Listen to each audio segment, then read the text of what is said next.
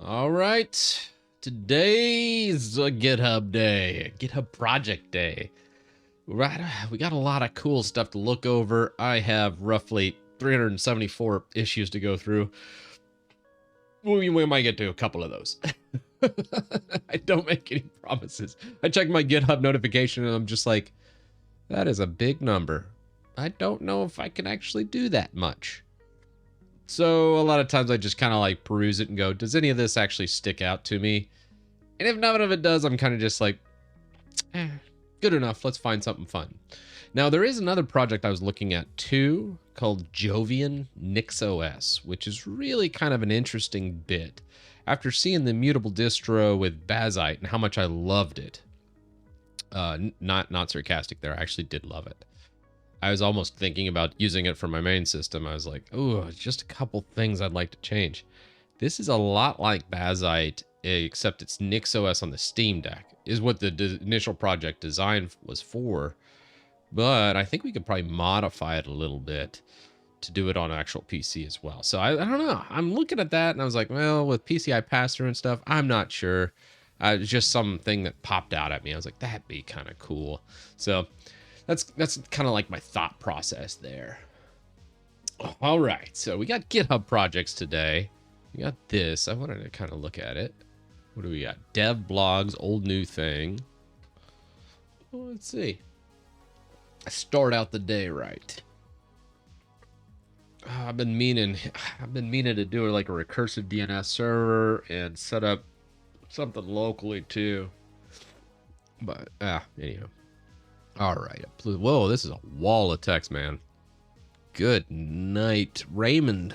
You gotta put some line breaks in there, brother. All right. Anyways, pseudo setting is a lot at play in recent years. QoS bandwidth reservation setting, questionable maximum limits of bandwidth reserved for QoS. I actually made a video about this specifically with Microsoft Windows. Windows has a pretty high bandwidth reservation value set. I think in the video I might have gotten it wrong though. Anyways, the gist of the video is correct in that it does set this high limit to where you can actually get all of your thing. Like a lot of people, when you first go to Linux from Windows, you'll notice that network speeds drastically increase, or usually by a good margin, especially when it comes to transferring stuff. So let's see. Yeah, he's just breaking down QoS. There's a 20% policy, blah, blah, blah. I mean, QoS is really nice, especially if you got like VoIP or something in the network. But if you're not using VoIP or anything like that, I don't know. Or RTMP, like live streams like this, I have to have QoS because I want to make sure like my RTMP doesn't get all screwed up. If like my wife decides to download something while I'm streaming, I don't want it to cut out. So QoS is important. It just depends on how you want to do it. What was the gist of this article? Just that the margins are too big, that you're not able to use most of your bandwidth because of it. He's just showing how to set QoS maximum reservation to 0. I don't know if I'd set it to 0. I think you could call it back a little bit. But it just depends on, I guess, for the average users out there that aren't doing any streaming, aren't doing any bandwidth, even then, I'd still recommend some QoS. Because you're going to have like multiple streams and other stuff like for Netflix and that type of thing that could cause issues.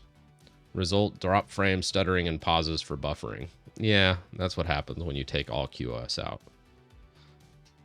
Tweak the value all you want, understand what you're tweaking.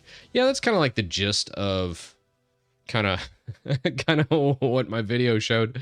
It is a little aggressive out of the gate for most users, but at the same time, it is a more safe setting. So if you do mess with it, kind of makes sense. GitHub project is the plan today. Yeah, we'll have to take a look. Yeah, I need to redo the offline utility completely, IonCat. I've been meaning to do that. I wanted to rewrite the whole thing in like .NET and then take the program installer completely out of it. Obviously, for many reasons, there's just so many programs in there to try and do an offline installer with those would be just ridiculous to keep up with. So I'd probably just remove all the programming installs for the offline utility and just have tweaks, just have updates, just have, I don't even think we would do microwin with that. I think it would just be updates and tweaks for the offline utility, but I haven't done that yet. I've been telling people I'm going to do it for a year, but hadn't quite got it there. BSPWM, still one of my favorites. I love BSPWM. It's fantastic. Still using Thorium. I don't know why, but I mean, it just feels good. Got to go with what you feel feels right. So looking at this, a lot of WinUtil, some website stuff. I've been just really doing a lot of videos lately. I just finished 2 videos that are going to be released tomorrow. One's the Bazite, immutable Linux distro. Amazing. It's like Steam Deck, but for an actual PC. Dude, that's such a good one. I almost makes me want to roll it for my main PC. That's how good it is. I love it. And then I think I did a VPN tier list coming up too. That's going to make a lot of people mad, but you know, that's what telling the truth gets you. Should be fun though. Chris Furry confirmed. I'll never live it down, but it's okay. At the end of the day, I just use whatever I feel like is the best thing for me. And you should too. You know, a lot of people are like, I want to use what's popular. I want to use, I'm like, nah, you just figure out what you like. And if it jives with your workflow and it makes you faster, use that, whatever that is. If it's a Linux distro, if it's Windows, if it's Mac, that's what you should use. Yeah, I don't discriminate. Doing anything with emulation. Emulation's a tricky thing to cover, mainly because there's so many channel strikes, and Nintendo's very litigious when it comes to YouTube channels. A good example of this is, who is it? Oh, he's still having problems because of Nintendo and what they did. He has a channel strike directly from Nintendo. I wanted to say like Hot News or something. UFD Tech, that's who it is. He's been having problems for years, specifically over a Nintendo emulation video he showed. I think it was like the Nintendo Switch. So getting into emulation on YouTube is just a scary thing to do, and something that I have zero interest in, just because one, it's already been done to death by many other creators, and yeah, it's just one of those sore spots. And I'm just like, yeah, not something that I would bother messing with. It just, again, it's like, hey, it's out there. If you want to play your Switch games on your computer, you can totally do that. Because the Nintendo Switch is like a potato. Of course you can emulate it. Anything that doesn't have much of a graphics in it, you're going to be able to emulate that like nothing. It's just, hey, how much time do you want to put in? Yeah, and that's just Nintendo. I mean, I don't hate Nintendo. I get it. And if you're going to emulate the latest version of their OS, like, why would you go buy a Switch when you could buy a Steam Deck and then run all the same stuff and not have to pay for all the games? I get why they sue people. I understand that they're just trying to protect their intellectual property. It sucks, and that's why I won't touch it with like a 10-foot pole. But I mean, hey, it makes sense. when you inflict damages to $1 billion business, expect repercussions. Yeah, and the Switch is really a old potato at this point. God bless. It is so long in the tooth, and it wasn't even very good when it came out. Like, it wasn't like it was cutting any kind of modern graphics. Like, hell, I want to say the PS4 has better components than the Nintendo Switch or something like that. It's still so far behind. Yeah, I hate all consumer policies. Yeah, and that's kind of where it is. There was a big thing in the news. I think it was like on X or Twitter, whatever. I saw this the other day, and I made a tweet about it because I thought this was kind of jacked up.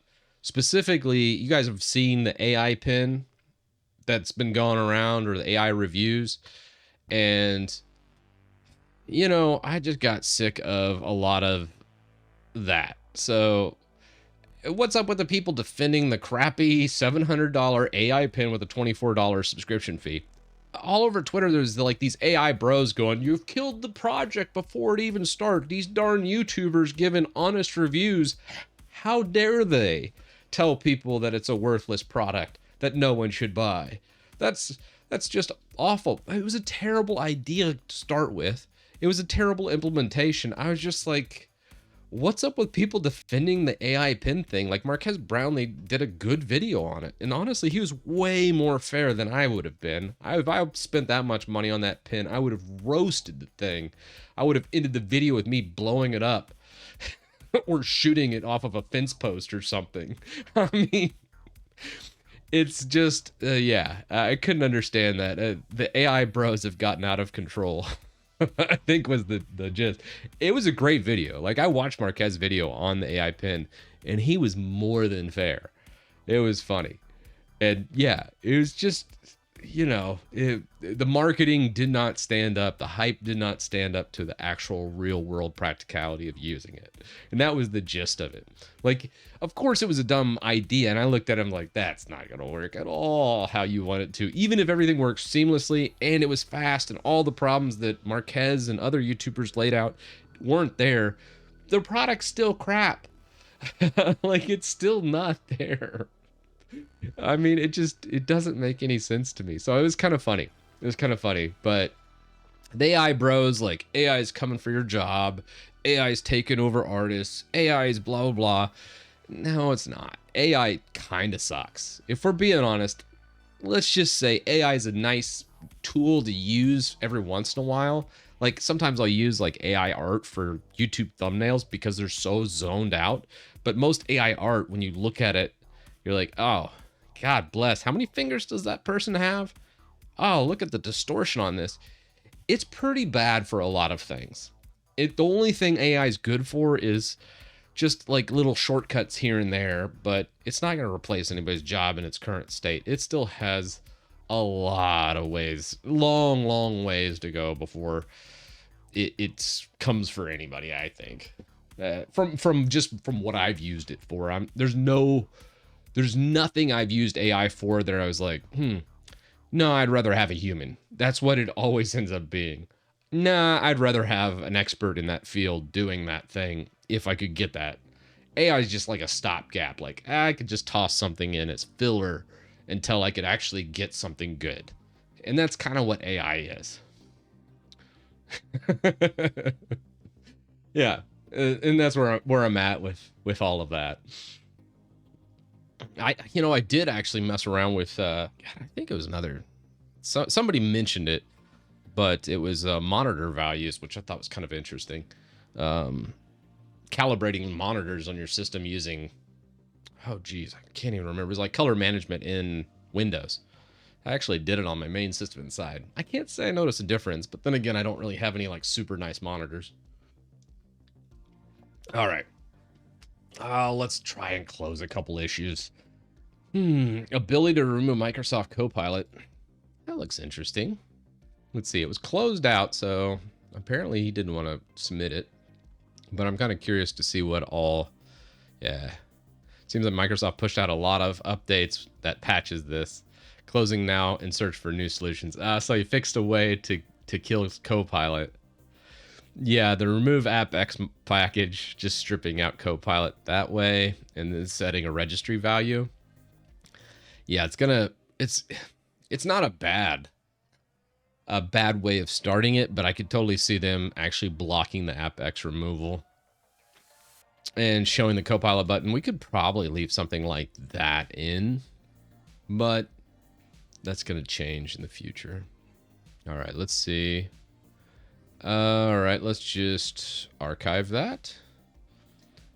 Add an in task. Let's see, what else do we have? Installation broke. Let's just do PRs. Oh, those are all my PRs. Let's archive those. I'm going to actually just say anything I've merged, let's archive. I'm trying to clear out some of my, yeesh. I got so many GitHub notifications. Let's try and clean some of this up. All right, we got that merged. Let's archive our merged. And now we're down to 229, but now it's all just legit stuff I haven't touched before. Yeah, I mean, Copilot's pretty much a replacement for Cortana. A lot of people, I think, confuse Copilot with it being... there's so many remnants of Cortana in there that they've taken some pieces of it. Like Cortana originally was supposed to be what kind of Copilot's turned into. I showed in the 24H2 stream and also the video 24H2 that just dropped that Copilot couldn't even empty the recycle bin. If it can't even open up the recycle bin or empty it, that's a pretty basic feature. Like something that I could probably code in, I don't know, 10 minutes, you know, that anybody could probably add. I mean, not even really, and just make a button or an executable to do exactly that thing. But the reason why no one does it is because, well, you can just right click the damn recycle bin and say empty. But anyways, I digress. Copilot can't even do it. It can't even do those basic functions. And to think that it'll ever be able to do anything even more complex than that is laughable at best. Copilot by itself is a good assistant for some programming tasks, like for auto-completing, like one-line auto-completes. I really like it. It does save time because it can kind of read the style of code you're writing, and a lot of times it will have decent suggestions about half the time, and that half the time savings is nice. But let's say you want Copilot to write an entire programming function. it will hallucinate. It would be like hiring a drug addict that knows how to code. That's what Copilot is. It just doesn't do a good job. And a lot of times it puts you in a worse spot than if you just started from scratch and did it yourself. That's why I'm always like, Copilot. It kind of sucks. And honestly, the integration into Microsoft Windows, I think they're just trying to use that as like a marquee feature to try and market to the masses in the AI bros of the world to buy like into Windows 12 so they can charge everyone another $200 for a new operating system and release it to billions of people and make a ton of money. And I think that's really what's happening. It's all just a marketing ploy at the end of the day. I mean, hell, the difference between Windows 11 and Windows 10 was pretty menial, and there was not like massive leaps in technology or anything really that different between 11 and 10. They put the start menu in the center of the screen. They changed the start menu up a little bit. They streamlined the settings menu to not be Metro based, but WinUI 3. And that was about it. Honestly, they could have just patched that right into Windows 10 and been done with it. But they like, well, that's enough, and it looks different enough to an end user that they could charge enough money for it. Now for Windows 12, they're just trying the same thing with AI. They're like, well, now you got Copilot, and it's better than what you have in Windows 11 is going to be the marketing ploy. It's not really going to be any good, and you're just going to end up using it just like you do Windows 11 and Windows 10, just with more bloatware. I do find it funny that they did on 24H2, they did de-bloat some stuff so they could add more bloatware without causing massive performance loss.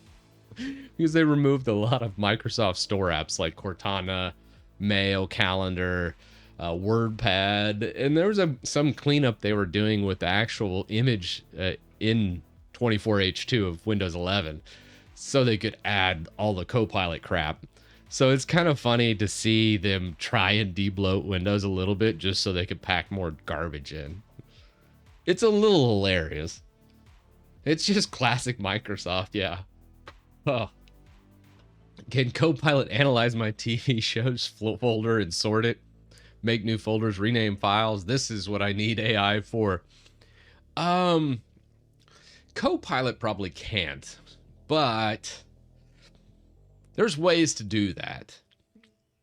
Probably the best way to do it, and you could probably use Copilot for it, but how I would do it, let's say you wanted to rename shows and make it, I would probably feed into like a GPT prompt and just say, hey, write me a bash script that does this, or even a PowerShell script if you're using Windows or Linux. Even in Windows, you could use like WSL and do the bash script portion. I like bash scripting a lot because you have so many options with like sed and awk and grep, and there's a lot of really cool commands that come from the Linux to where you can manipulate thousands of files all at once and sort them fairly easily. And GPT does a pretty decent job of actually writing a decent script to clean up a folder like that.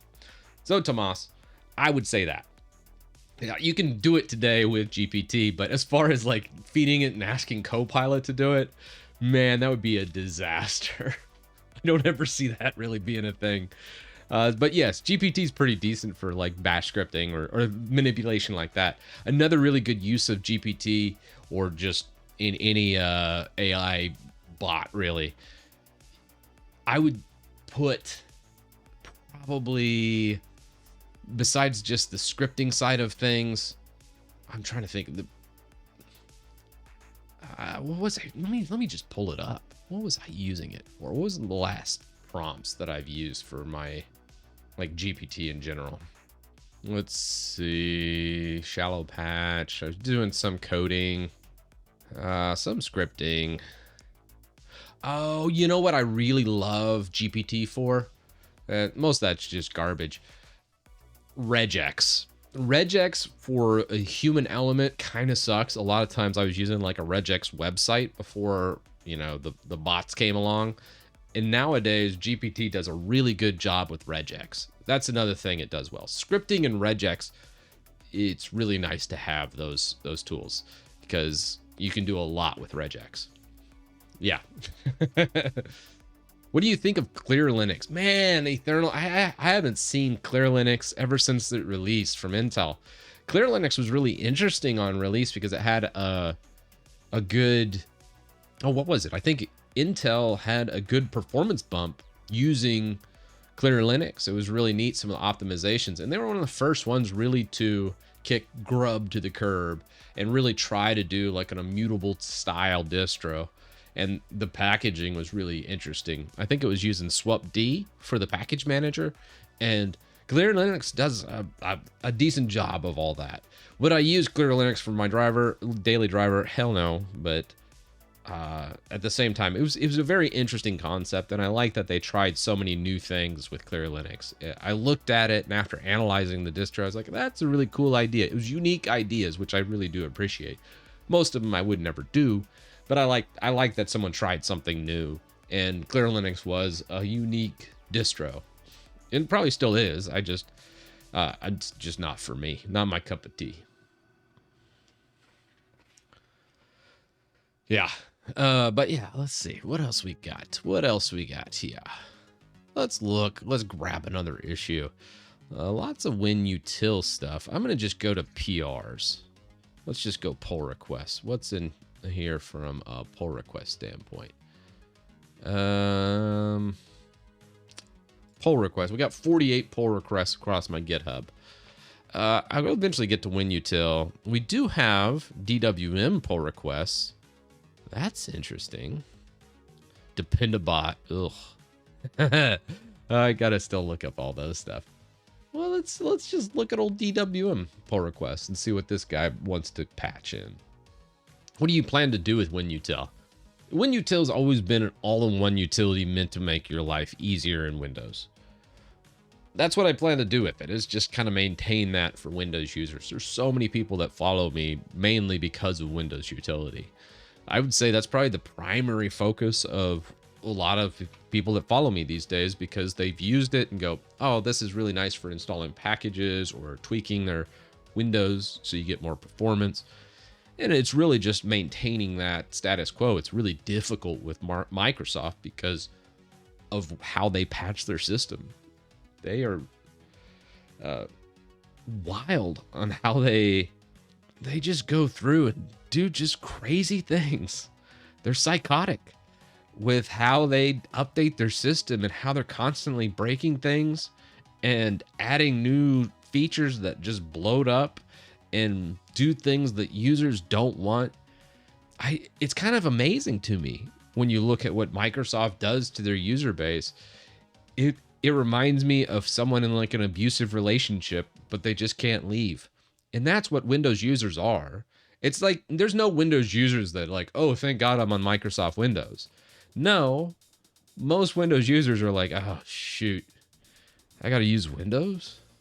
I guess. All right, well, let's just use this turd. That's what I know. Gets the job done. But there's no like Microsoft Windows user out there that's like, oh, I'm excited to boot up Windows today. Let's do this. A lot of them are like, oh, what's Microsoft going to do to me today? And that's kind of what Windows Utility is to help appease that. Make that pain a little bit less. The pain's always going to be there because it's Microsoft. But that's really the goal of Windows Utility, is just to make life a little bit easier on Windows users. Yeah, until they can make the journey to Linux or any other operating system. Hell, I don't even... Mac at this point is kind of like, hey, if that's your cup of tea, that's cool with me too. I don't care. Just whatever you're feeling. And if you want to stay on Windows, by all means. Hell, I use Windows a lot. Let's see. This guy, let's go to Benson. What updates is he doing? D-menu font. Nah, doesn't really need. I agree with that removal. I'm not even using D-menu really. He's changing some C flags in declarations. I like that. Do not allow using color fonts. This is a workaround, blah, blah, blah. This is a DRW. And removing that. I like it. Spawn .h, and then pulling this in through a POSIX call. POSIX, however you say that. I always say it wrong, so never say anything or repeat what I say out loud, because a lot of times I am wrong. I like all that. That seems like a pretty basic commit. I approve. Let's try it out. Let's merge it into the main branch. I don't always merge my main PRs directly into the main branch, but when I do, it's in production. Removes 1 pixel around Windows, annoying OCD. All right. Oh yeah, I guess there is a little 1 pixel border gap. I kind of see it. I agree with that. Okay. There we go. Well, thanks, ProMaster. I appreciate it. It's it's little things like that. I'm usually like, good enough. I get it to where I'm like, it's good. But yeah, I think that's good. Let's pull these changes.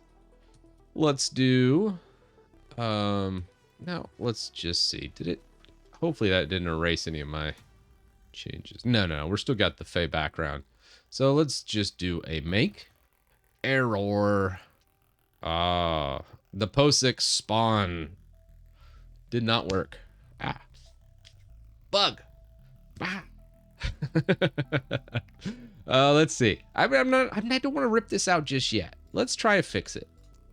I like that. We could always revert that PR if we want. But yeah, I like the idea behind it. Let's pull in and see. We're gonna just ask GPT. We already crapped all over AI. Hopefully it wasn't listening to me that much. Let's pull in some DWM. And let's look at our errors here. Environ is undefined. So we should be able to just define that, right? Fix it. Let's see. Okay, apply that fix for me. Oh, file to, let's see. In most Unix-like systems, this is provided by including uninst.h for the declaration of POSIX spawn p and standard lib.h. So we can just copy this. Let's go to the include at the very beginning of the file. Now we do have stdlib.h right there. So we'll just add, no, it's there. Both those header files are listed. And that PR looked like it was untested. Well, Maddie, it was definitely untested because, yeah, it didn't work. So there's the environment. So maybe, all right. So if both those are there and you're still encountering the undefined area, it's possible the environment where the compiled code, specific requirements, and peculiarities. Oh, I can't speak today. A direct and explicit declaration of extern char environment at the beginning of your DWM.c file. Okay, so we should just be able to copy that. And where are we gonna drop this? Do we have any other externs in here? Let's see. I am not a C developer, by the way, so yeah, I don't have anything there. But let's look where we're putting chars. Char direction. So we have that, but that's global. Let's just go here. The only thing I'm like kind of questioning here is how this is declared, because I've never used the extern space char command, and again, not a C developer. Most of my C days were way back in the 90s, so that is far gone from my brain. This says to go at the very beginning or before the function using this. Okay. I mean, we can try it. Let's see what happens. This tells the compiler environment is defined elsewhere, bypassing the issue where it can. Interesting. Let's just put it down here. All right, let's see how it performs. Let's do a make. Okay, seems to work. What are the odds of this thing completely crashing my system? Probably pretty high. My brain's not working all that well today. But hey, we're able to do a make and a make install and rebuild DWM with those modifications.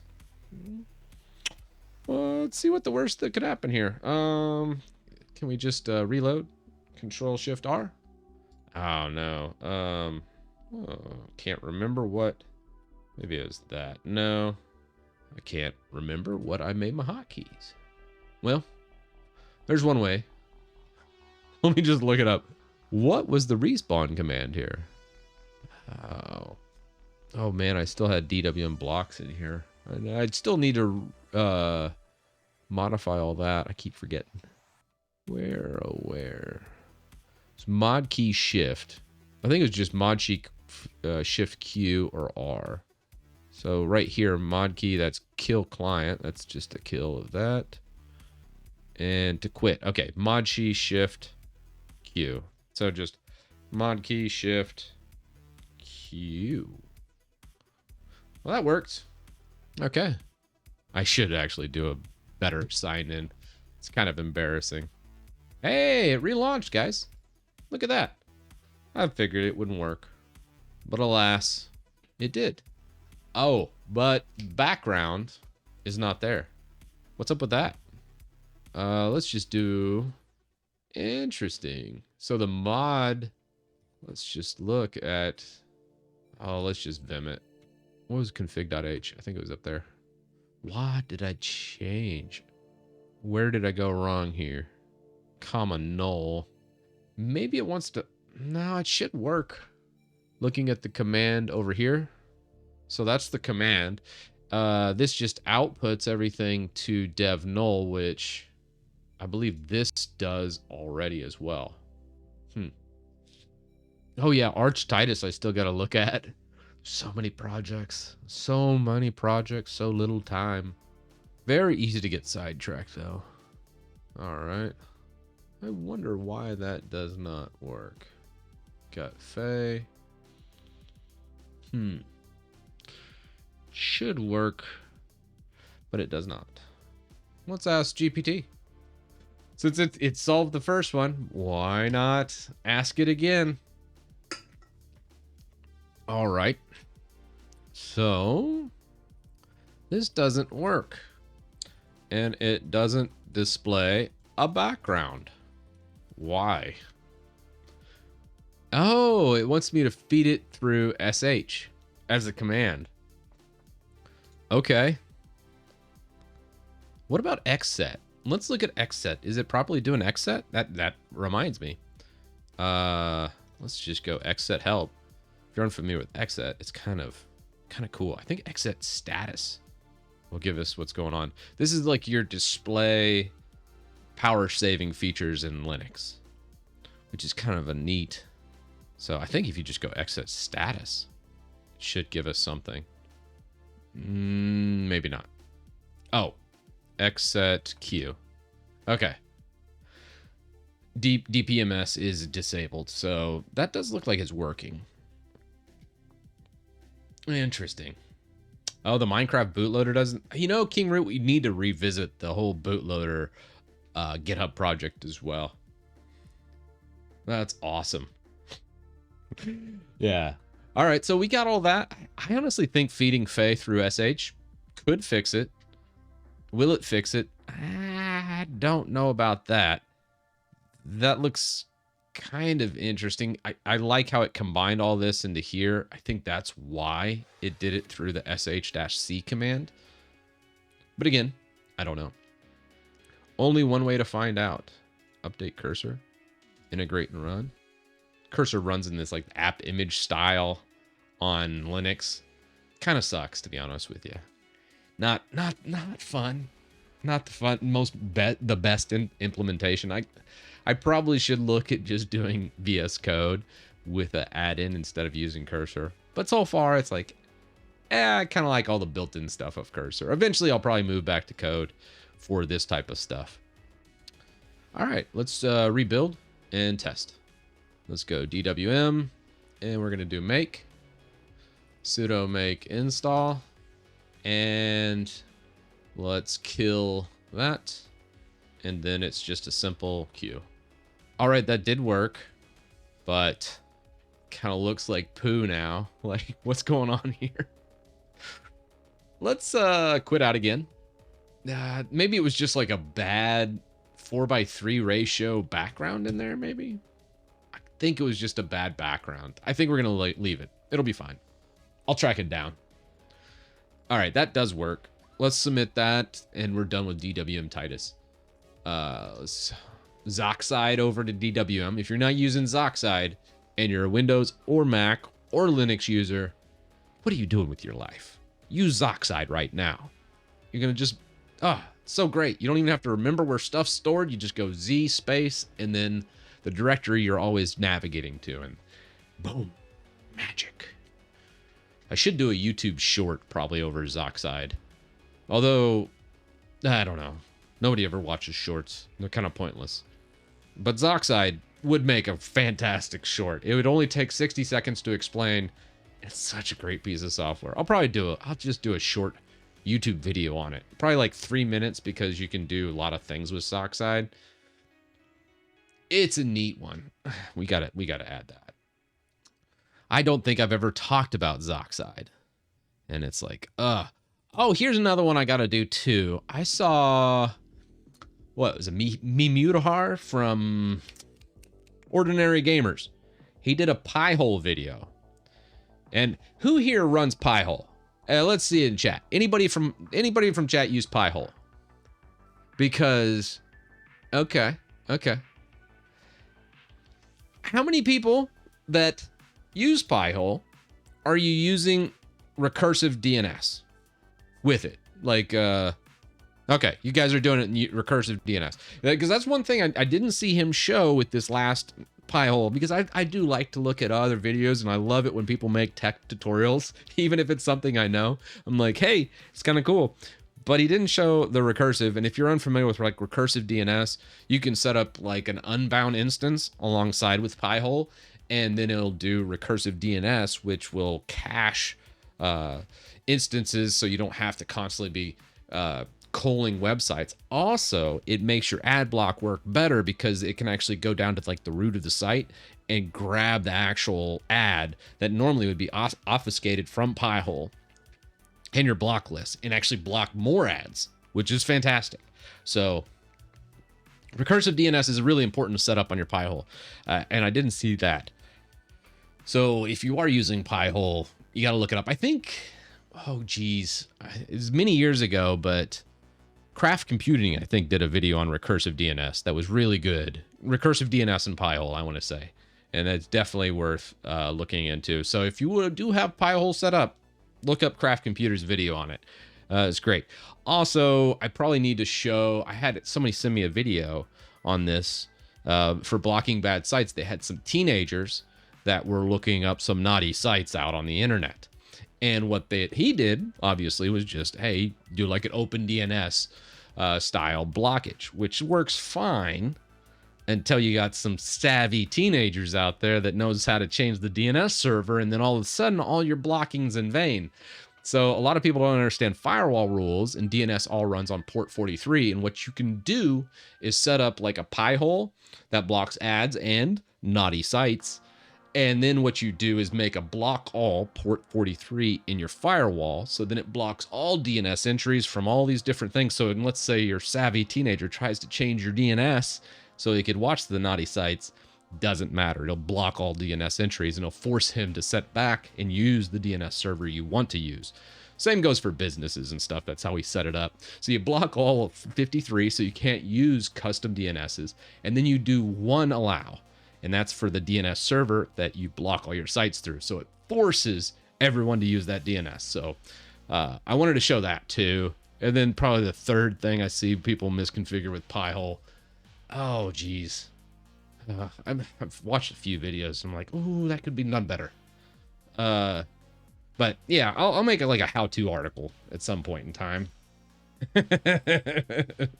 Blocking, obviously, like VPNs and other stuff. You can do proxies to bypass this type of thing as well. So you could find different ways around it.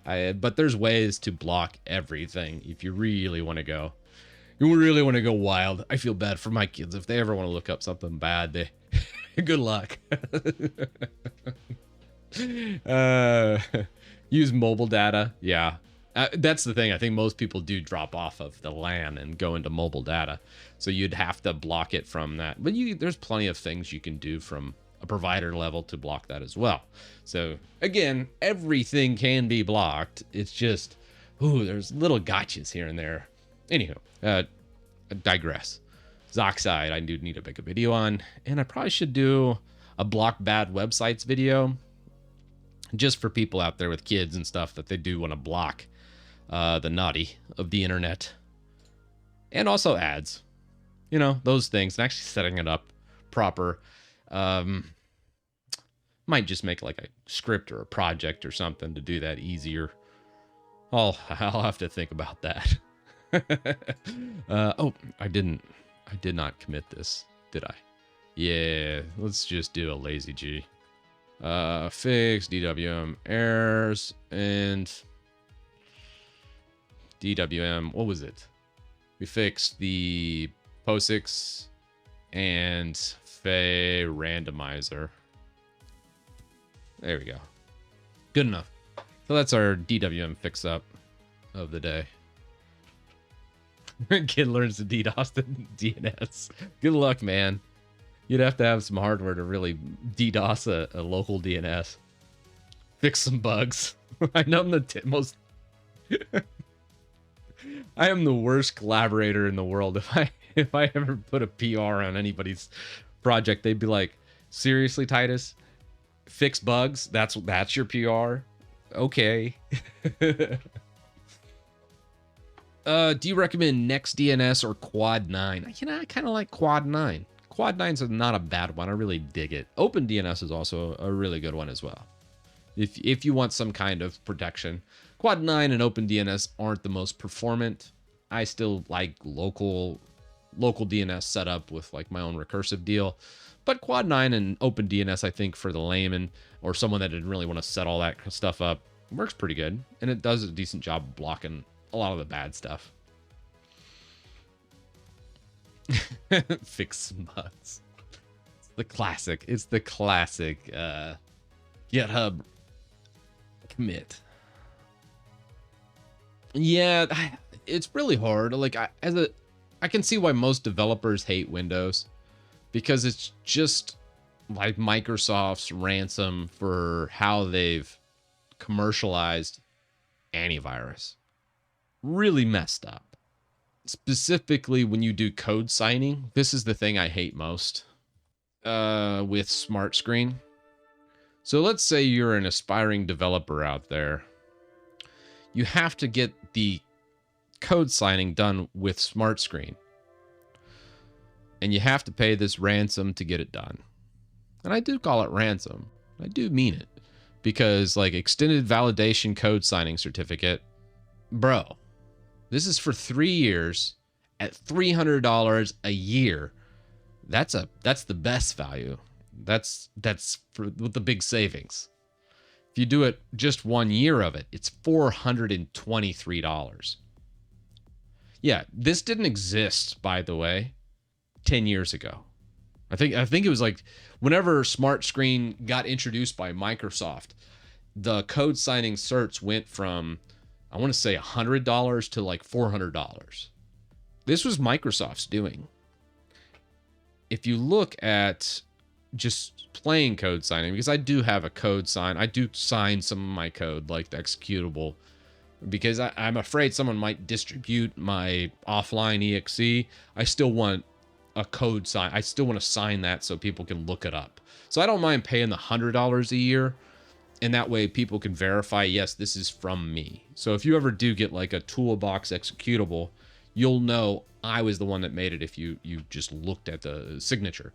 And I'm fine with traditional code signing, but let's look at just a regular old code sign. I think, oh, geez. Does this have just regular old code signing? Yes. Oh, geez. What is it? I think it did DigiCert. I think it was just, no, it's not SSL. That's for website. Let's just Google it. Code signing cert. I think I did SecGo last time. Oops, I'm blocking that. DigiCert, sure. Oh, $44 a month? What's up with that? Okay. Why is this, maybe, let's try this one. I know, dark mode. What happened with code signing? I don't remember paying this much for it. Sorry, I'm flashbanging you guys back and forth. Oh, it's terrible. Okay, here we go. SSL.com. Code signing search, $65 a year. See, this is more justifiable. I'm fine with you charging that to host something to where you can verify, hey, I am who I say I am. For, you know, I want to say it was about $100 a year is what I was paying. Let's see. Yeah, so if you did 3 years, you can get it for $109. If you go 10 years, it's roughly $650 for the 10-year cert, which is not bad. That ends up being about $65 a month. So that's not bad. Anywho, that's regular code signing. So you go from about $100 a year for a regular 3-year code signing cert all the way up to $400 because it's Microsoft. Why? Why is there that such a jump? You know, that's just my thought. I don't use Dark Reader. A lot of times if I'm going to do it, I like Midnight Lizard the most. So Midnight Lizard's usually my go-to dark screen reader. Sorry, I'll enable it for you sensitive folks out there with the eyes that need to get outside. Don't like light mode. Although it might be late at night for where you're at, so I'm putting light mode in. Or dark mode. Okay. So we got that. What else do we have? Let's look at, we'll pull up Octobox. This is what I use to manage a lot of my GitHub notifications. All right. I'm going to go PRs again. Maybe there'd be some other PRs that people have requested. Oh, look at this one. Add Opera GX to browsers. Gross. Does anybody use Opera GX? I'm going to judge you if you say yes. I'm just kidding. But you shouldn't use Opera. Or Opera GX for that matter. Ew, Opera. Let's see. Chris usually does not allow any version of Opera in WinUtil. PR will probably be denied. Also going into the wrong branch should go to the test branch. Yeah. Yep. someone knows me out there. Yeah, I will never accept any PR with Opera or an Opera-based browser. I'm just going to leave it at that. I was like, I don't want to make someone feel bad.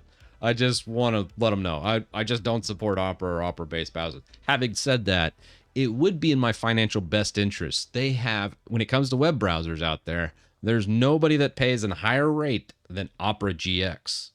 Opera GX has the highest rips for ad spots. So if you're a YouTuber or an aspiring YouTuber, reach out to Opera GX. You can sell your soul for the low, low price of probably about $500 to $1,000 for an ad spot, if you want to go that route. But if you actually want to recommend to your audience a browser that doesn't suck, maybe not say Opera GX or Opera in general. If you do like the Opera layout, one of the original developers of Opera though did make a fork, and the fork is called Vivaldi. Fantastic browser. If you want to go down that route and you really like the Opera layout and stuff, check out Vivaldi. You'll like that. Yeah, so it just depends on what you got. You don't want to pay for a VPN to watch Netflix and Prime from other countries. Fair enough, I guess. There's a lot of free VPNs out there. VPNs is kind of a dirty game, and I get it. If you want to come out somewhere else. I don't think I would ever want to trust Opera with my traffic, though, and connect the VPN with them. I'm like, eesh, that'd be rough. But if it's free, I mean, at least the price is right. Okay, so we close that out. Moving on, we can archive that. What else do we have? Editing edge removal PS1. Oh, what's going on here? I started doing the edge removal PS1, and I didn't quite finish with it. Mainly because I kept running into issues. It was very close. Let's see what changes he made with it. Changing this privilege. That actually looks okay. That looks like a good change. Removing some of the... I mean, honestly, that's documenting what's happening. I guess it's like, hey, this is of course happening, so it's not really that important. But do you really need to remove the documentation? It's kind of odd. What else do we have? Defining SIDs and retrieving from the registry. Looks like a little bit more efficient way of doing it. And then the removal of the provisioned app. That also looks good. Shortcut path. Redirect shortcuts. Now, I want to say I was developing that shortcut link. I wonder how he's going to get around that. I think that was the problem I was having, was the redirect. Browser replacement, edge policy, edge removal. Kind of like all this, actually. Firefox GX, oh no. I'll have to look at that project. Define main function to remove Microsoft Edge components. Stop. Okay, that's just shutting down Edge processes and then removing Edge registry entries. I kind of like it. I think the big thing here is one thing I wanted to change with the current way of doing the edge removal was making sure that WebView 2 doesn't get touched, because WebView 2 is such a dependency for so many Microsoft programs like Visual Studio and hell, so much stuff like Xbox and other Microsoft apps that when you remove WebView 2, it really messes things up. Okay, that's cool. I like it. I'm going to go ahead and accept this just because this is kind of a work in progress anyways. And I like a lot of those changes. Which is better, GitHub or GitLab? Honestly, I don't mind either. That is okay with me. That's kind of odd. Let's refresh that. Okay. Weird little loading error. Well, it's all good. If you ever have to submit like a PR to WinUtil, you don't ever have to do anything with winutil.ps1 because it all gets rebuilt live. So we'll squash and merge. that. So yeah, GitHub or GitLab. I like GitHub, but it is owned by Microsoft. So GitHub has a little more features. You have ActionSpot and a few other things that are a little bit more robust and more options because of the backing of Microsoft. But you also have Microsoft in charge of GitHub. So I don't want to pass judgment and say, well, GitHub's obviously the one you should use, because honestly, I really like a lot of people using GitLab, because GitHub having a monopoly on a lot of open source projects, probably not the best thing, because that is a Microsoft product at the end of the day. Now, GitHub does make roughly, I think, about 1% to 2% of all of Microsoft's annual revenue. So it's not going anywhere. And Microsoft is making money off of GitHub. But I don't trust it. I know a lot of my projects are all on GitHub, but let's say GitHub nukes me tomorrow. Nukes my user, and says, you're done, Titus. I'm tired of you optimizing Windows. I could just take all those repos. I have them scattered around here at the house on my different systems. It'd be very easy to just take those Git repos and then just upload them to GitLab if I wanted to do that. So that's why I'm not really worried about GitHub disappearing tomorrow. I do like a lot of the backend. I still like a lot of like the profiling and the accessibility of a lot of the features it gives. But I have no illusions of making a deal with the devil here. And that's what we're doing when we're using GitHub. So the short answer is GitHub, yeah, probably has more features, is a little more robust. I really like a lot of the community behind GitHub, and it's where most people are. But I still want more people to use GitLab and Bitbucket and other services, because having those options and having them there is very, very important, because we don't want Microsoft to have a monopoly on it. So there's your two, why you'd use GitLab, why you'd use GitHub. And I honestly think both are great services. And it's only a matter of time before Microsoft probably screws up GitHub. But as of yet, they haven't. But the actual underlying technology powering GitLab, GitHub, Bitbucket, all of them is Git. And Git is independent of GitHub and all of them. So it doesn't matter on that regard. Don't you dare move to GitLab. I love GitHub. Yeah, I like GitHub as well. It's a dirty secret of mine. One I don't really make public. But I do love the current iteration of GitHub. Oh, removed CTT store link. Oh, cool. Yeah, this was old Arch Titus. I think I still have like the old one thing. I forgot I had all this. You can just download it directly now. I don't have a image anymore of this one. Man, this Midnight Lizard always screws up. I know you guys want dark theme, but maybe I should just use dark mode. As much as I talked up Midnight Lizard, it's kind of messing up on this. Alrighty, we're gonna just merge this into Arch Titus. We should probably look at just removing that. So let's merge that pull request. Only 146 more to go. Oh my word. What beginner Linux distribution would you do for a gaming desktop? Nobara, Bazite, or Chimera? Bazite. Kilo, I'm telling you, Bazite is where it's at.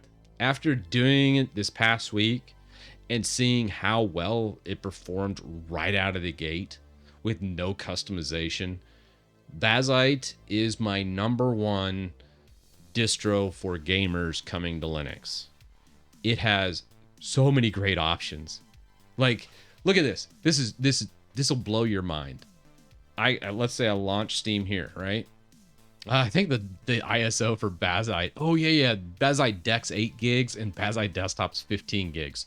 It's not a small distro, mind you, but it's kind of amazing. It's really cool. So Helldivers 2 has been giving me all kinds of crap on this system. Now this is like a double GPU system. I have Arch Linux. I'm doing a lot of customization to my system here. Now I could play a lot of other games just fine, but for Helldivers 2 to launch in my Arch Linux instance, it it just always fails. Now, having said that, it does look like there's a patch happening, so maybe it'll be fixed now. Let's see. Because it's been bombing out on this particular system. But when I used Bazite, it just works. It's just a Todd Howard from Bethesda, it just works situation. And it is so good. It is so good. For the gamer coming to Linux, I don't know if I can recommend anything but Bazite now. Like, I would love to give you more options, but I'm telling you, it was so darn good. It almost made me want to switch my whole system around. But then I remembered I really don't play that many games, and content creation's kind of like my main deal now, so I probably should just stay on this. But having it where you just launch into Steam and then just click play on the things that you can play and not have it have some weird error or some pop-up or something that you're like, oh crap, let me look at that. Maybe I need to go grab like Proton GE to fix this problem because InProtect's broken on my Arch instance because of some customization I did and messed up some kind of probably like IPv6. I think I've disabled IPv6 on this, and that's what screwed this up. I don't know. I say all this to say, just install Bazite and you won't run into this problem. If I was running Bazite right here, we'd already be in game. Bazite.gg. Good game. But anyways, yeah, my current Helldivers 2 on my Arch system is broken.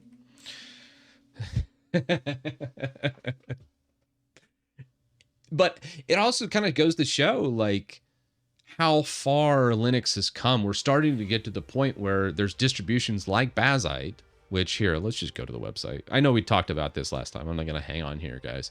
But this, you just click download. You say, hey, I need this to be a home theater PC. KDE, because only losers pick GNOME. And it's an AMD primary GPU. And if I wanted to launch right into Steam mode or not on the desktop, you can just say no. For this, it'll give you the desktop install. If you say yes to it, it'll give you the Bazite deck install. Or if you're a dirty NVIDIA user, you can just click this and it's Bazite NVIDIA. Like, I don't think most people appreciate how good this is for a new user. So if you're not a Linux nerd and you don't like tinkering around with Linux, but you just kind of want a computer console-like experience, there's nothing better out on the market than Bazite right now. It has my 150,000% endorsement of the gaming Linux distro market. It's so good. Makes me want to install it right now. Just talking about it. They paid me to say all this, by the way. No. Just kidding. Everyone knows no Linux distributions have any kind of money. It's all just a passion project. Oh, time to debloat Ubuntu video. Oh, I could only imagine installing like Ubuntu desktop. I'm a Bazite shill. I probably am. It's really good. Do we have any other really good ones? OG Merc looks like be doing a bunch of PRs. He's really good. He's usually like, hey, this problem's happening, and he just does a PR for that problem. So I like a lot of his stuff. Oh, modifying my GitHub auto close issues. Keep issue open, but it can be changed easily, of course. Oh, that's a cool idea. Look at this. Let's pull it up on GitHub. So I made a script. It's a GitHub action script that goes through and closes a bunch of open issues. But sometimes we want to keep an issue open. So this changes in the PR will get all labels of every open issue and checks if the label name equals a name that we're expecting. If it's put as keep issue open, it can be changed easily. So let's see what he did with the YAML file. Keep issue open, and it looks like he's adding constant here, two constants, close issue, and keep issue open, label length, label keep issue, Console will not be closed. Break the loop. Cool. Skip, continue. Nice. I like it. Let's try it out. I would like to have that option. So if there is an issue outstanding that we want to keep open, we can do it. Thanks, OG. Get this merged. Let's squash and merge this guy. All right, back to Octobox. We'll archive this guy. We're getting there, man. We're getting all our PRs done. We only got 3 more pages. We're not doing all this. A lot of times I just jump in and I'm like, is there anything cool in here? Any cool PRs that kind of just stick out to me? Ooh, WinGet fix. I probably should just go through all of my WinGet. Rux and OG usually have really good. Let's just go through the PRs and WinGet. Ooh, add Eden task via taskbar tweak. Like it. All right, what do we got? I did it properly, directly from the tweaks JSON file. Look at that. Somebody that knows how to do a PR. Ain't doing that. Order. Set property path. This is just a simple registry. He's just doing a set item property. I like it. Beautiful. That is a beautiful PR. Simple to the point. Will you try out Cosmic Desktop? Yes. Yes, I will. I love that, you know, the System 76 team's making their own thing and not using like GTK or Qt and just kind of rolling their own deal. I think Cosmic's built all in Rust too. So it'll be neat to see. Have you looked at a custom themed for Firefox using user Chrome CSS? Interesting. Yeah, I mean, Firefox never really does it for me. I know I don't want to crap on Firefox, mind you. If you're a Firefox user, keep using Firefox. I appreciate you. Firefox distros or Firefox browsers or Firefox forks, it's just not for me. At the end of the day, I always end up on a Chromium-based browser. That's terrible to say. I never want to make a video saying I'm using a Chromium-based browser all the time. But the truth is I am. It just works way better for me. I'm sorry. I'm sorry. I don't throw tomatoes at me. Keep using Firefox. But for me, Chromium works so much better. I do so much Google crap, man. I'm a Google shill. And if you're a Google shill, Chromium's just gonna work a lot better. Again, I don't want to make a video. I don't want to tell people that. But you asked. And I just have zero interest in messing around with Firefox. I like my furry browser. The Thorium browser. It's fast. And it just does everything I want it to do quickly. I don't want to tell people that. But it is the truth. Do you still upload videos on YouTube? Yeah, actually, I've been getting back into it. It's kind of strange getting back into doing a video every 2 days on YouTube. I've had such a good time, though. Like, going through YouTube and getting back into making a lot more videos. So I've been getting to the point where my main channel, Chris Titus Tech, I'm doing a video every 48 hours. And I'm just cranking them out. And it feels like the more videos I do, the more ideas I come up with. So I'm able to really just churn through them like the old days, really, and get back into that, just snapping through and getting going. I love it. So you're seeing a lot more videos on the main channel, and it's going to kind of go all over the place and be a little bit more variety, but you'll see Windows and Linux a lot. Mostly, probably 50-50 when it comes to Linux/Windows. So you'll see back and forth. I'll ping pong back and forth. I used to do the occasional Mac OS video, but I really just don't like Mac OS. It not from like a standpoint of reliability or anything. I think Mac OS is probably the most stable, reliable distro or operating system out on the market. I just hate how it looks. I really don't like Apple. So I feel dirty anytime I boot up Mac OS. Like, it was so bad that when I did that April Fool's joke saying I was moving to Mac OS, I couldn't even bring myself to plug in the Mac Mini and update it.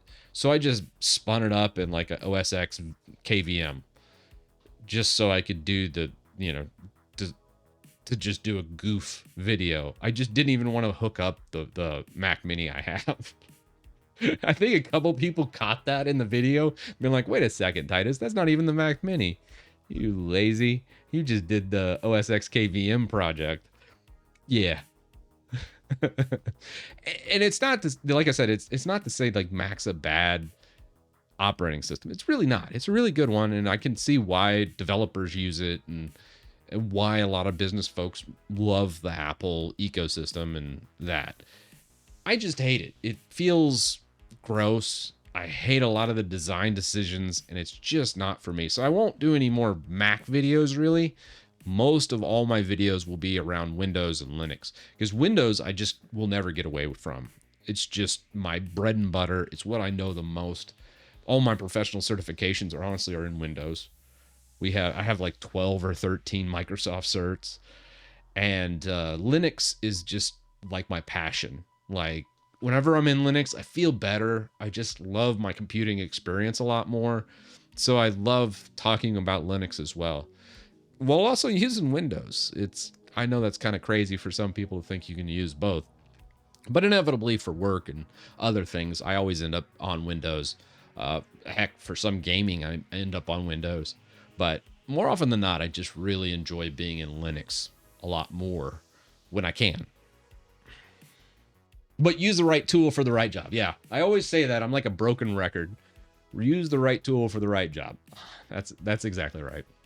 Yeah, a lot of programs just are built with Windows in mind, because it does still have like 73% of the market share, something like that. I've been using the Win32 desktop for so long to love any architecture but Windows. That sounds like some Stockholm Syndrome type stuff there. I love Windows. That's like the kidnapper. That's like the person that gets kidnapped and thrown in the closet and fed like broken potato chips underneath the door, and that's all that person knows. And then after 20 years, I'm like, you know what? This is the best. I'm sorry. I don't mean to pick on you, Play, but it's kind of true. But yeah, I mean, at the end of the day, I don't really mind Windows that much. There's times where I'm like, old Windows, let's do it. Yeah, I think a lot of people take me a little too seriously. I like to joke around a bunch. I appreciate it. Have you tried the Voyager keyboard? I have not. I need to try the Voyager keyboard. I might try a new keyboard. I've been rocking the Digma Defy a couple months now, and it's been good. It's been all right. But I might try another one of those fancy keyboards. I probably will reach out to them because I'm cheap and I don't really want to pay $300 or $400 for one of the special keyboards. They probably would send it to me, hopefully. Glove 80 is the best. A lot of people say that, Phoenix. The Glove 80? What is the Glove 80? Let's see. I think it's that curved one, right? The Glove 80. Oh, weird. Looks cool, though. How much is it? Let's see. I'm betting 300. Shop the Glove 80. 400 shiitake mushrooms. Damn, that's an expensive keyboard. Soldering required, and it's $400. Holy crap. Holy smokes. All right, well, let's see. So anybody from Glove 80, I'll take 2 of your $400 keyboard. Just send them to my address. Just reach out to me. I will make a video about it, but I'm not going to pay that much money for your keyboard. $400. Holy balls for a keyboard. Jeez. I'm a little cheap, but damn. $400 for a keyboard. Having said that, I did just review a keyboard. The Digma Defy, I think, sitting on my desk was like $700 and some dollars. So, I mean, good night. The Chris of old would have just shaken his head and be like, I don't even know you anymore. You've changed. You have changed. The Chris of 5 years ago would have been like, I like my $10 crappy throwaway Dell server keyboard. It's fine. I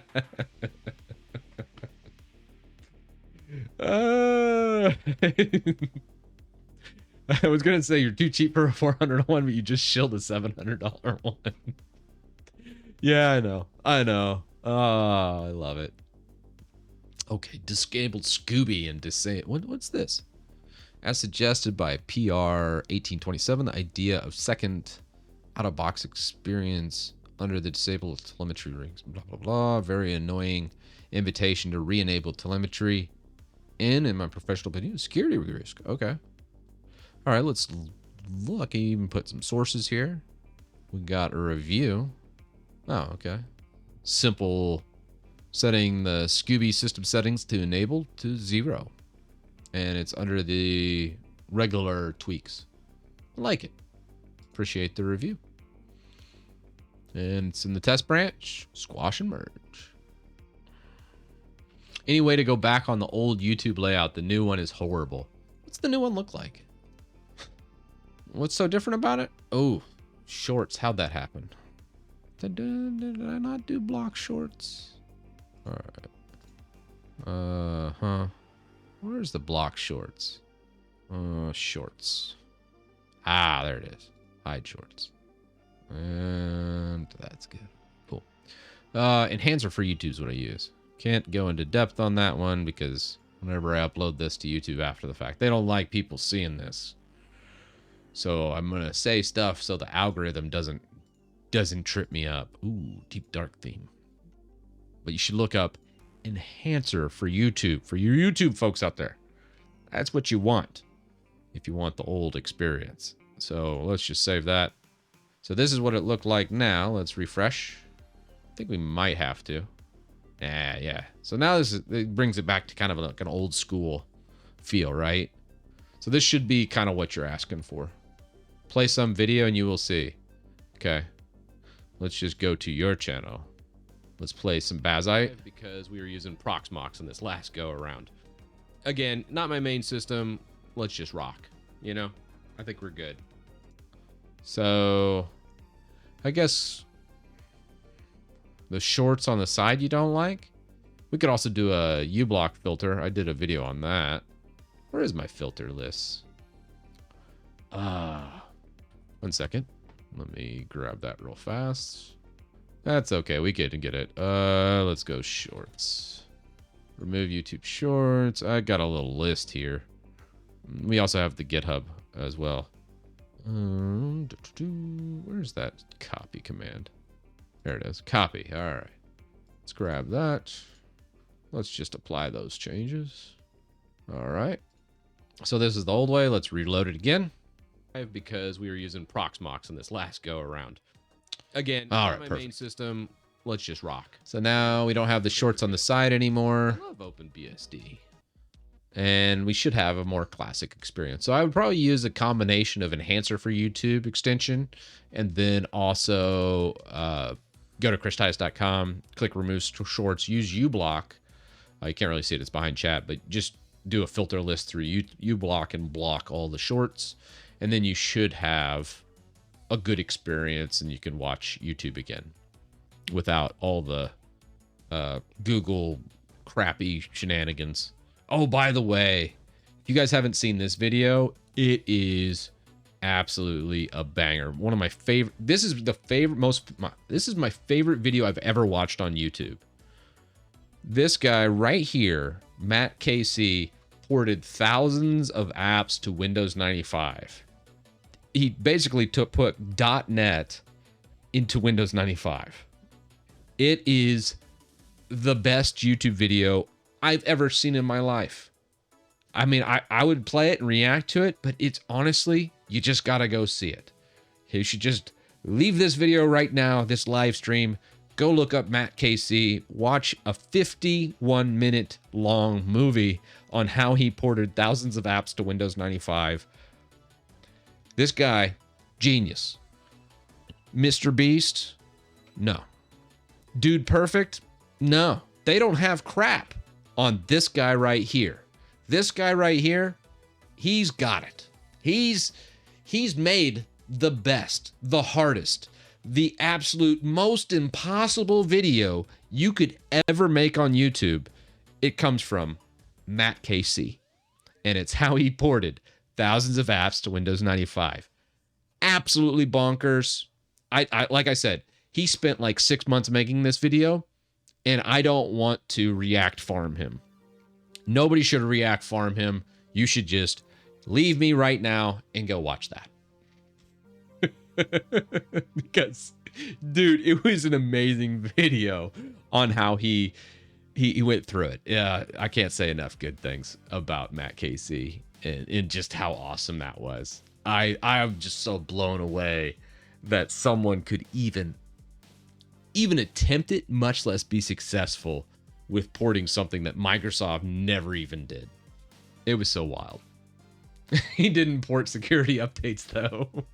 Well, yeah, it's more of just the thought of getting it. I don't know if anybody actually used what he did, but it was just an incredible video. Like I said, it was better than any Mr. Beast video, better than any Dude Perfect video. It was accomplishing the impossible.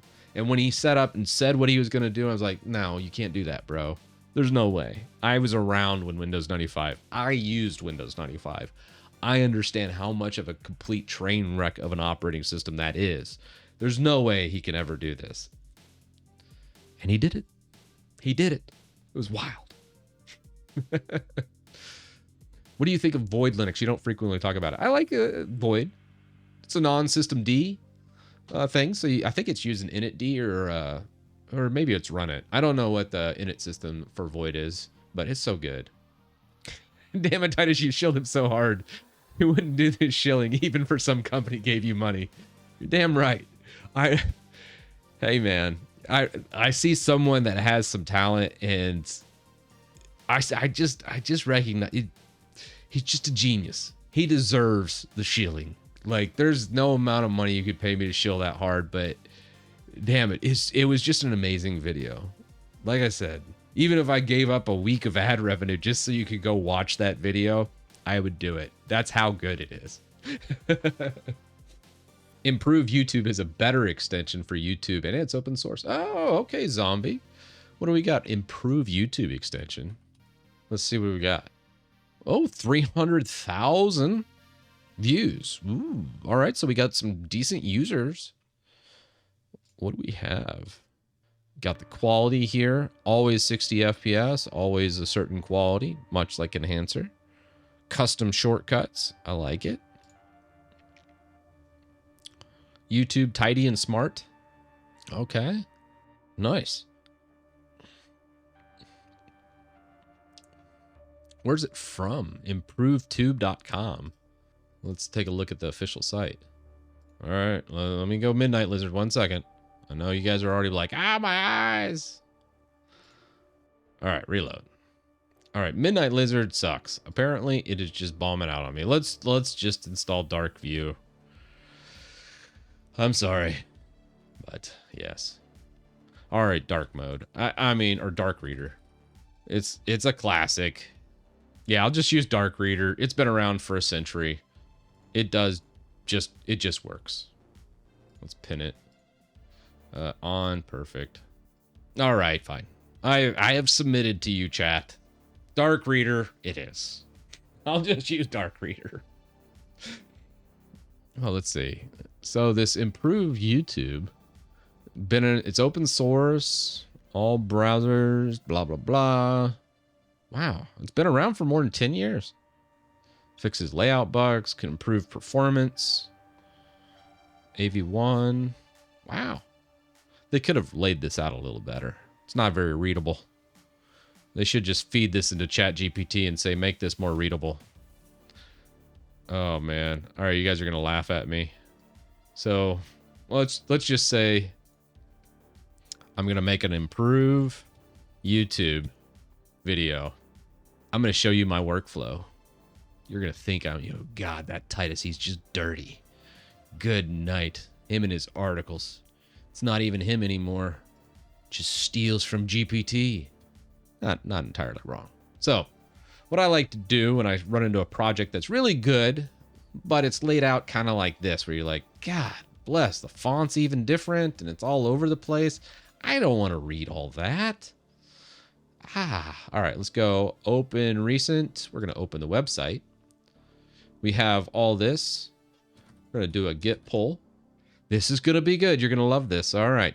So we pulled any differences. We're now up to date with our website. This is my website. Post.2024. You're going to get a little behind the scenes. How does Titus make his video? And we're going to call this Improve YouTube. And basically what I'm doing is just stealing your guys' ideas and passing them off as my own, like every good YouTuber does. And I'm making the Improve YouTube. So what I do, I paste all this and go, hey, here's all this from the YouTube extension website, right? So then I'm like, hey, make this markdown and be as clear and concise as possible. Did I spell concise right? I didn't, but I don't care. Let's go. Really, this is the power of AI. This is what everyone should be doing it for. Hopefully no other content creator watches this video. Otherwise, I might be out of a job. All right, here we go. This is how it goes. Since its inception in 2012, the improved Tube extension has been enhancing the YouTube experience for all users across browsers. Now open source, it offers a plethora of features aimed at giving you greater control over content discovery, playback, and overall aesthetics of YouTube. Key features include auto pause and unpause, custom layouts, quality control, playback options, user experience, performance improvements, and additional features, such as permanent playback speed, disabling autoplay, which is nice. I hate autoplay. Who likes autoplay? Nobody. And then it's free to use and open source and has over 500,000 active users and nearly perfect ratings despite YouTube's frequent updates. Its transparent development process is on... Fantastic. All right, GPT. I like it. You've done a good job here, GPT. So we're just going to go res Hugo and come back. And we have my new video already written. Bam. I know. It's a little dirty. I know you guys think less of me now. But it does make all of this readable. I mean, it does. How do you download this thing? Do they even have a link? Dude. I love programmers that make stuff like this, but a little more thought. This should probably have 5 million users. It's just nobody can find the download button. All right. Where's Chrome? All right, there it is. Chrome store. Let's grab that. Dark mode did not work there. Let's just go here. I'm going to switch some of this around, make it even better. Let's just go key features. And then we're also going to make a download. We'll just call it links. Download. I could do it like nested link or what. Oh, oops, wrong one. What happened? Nope. There it is. All right. Messed it up. Let's copy that. Come back over to here. We're going to put this download into there for the Chrome Web Store. And then we'll also link back to its GitHub because they don't have that listed very well. So we're going to come back into it. Nope. Where is its GitHub? Yeah, there it goes. Let's grab that. It's from Code Charity. Let's start. Only 3,000 stars. All right.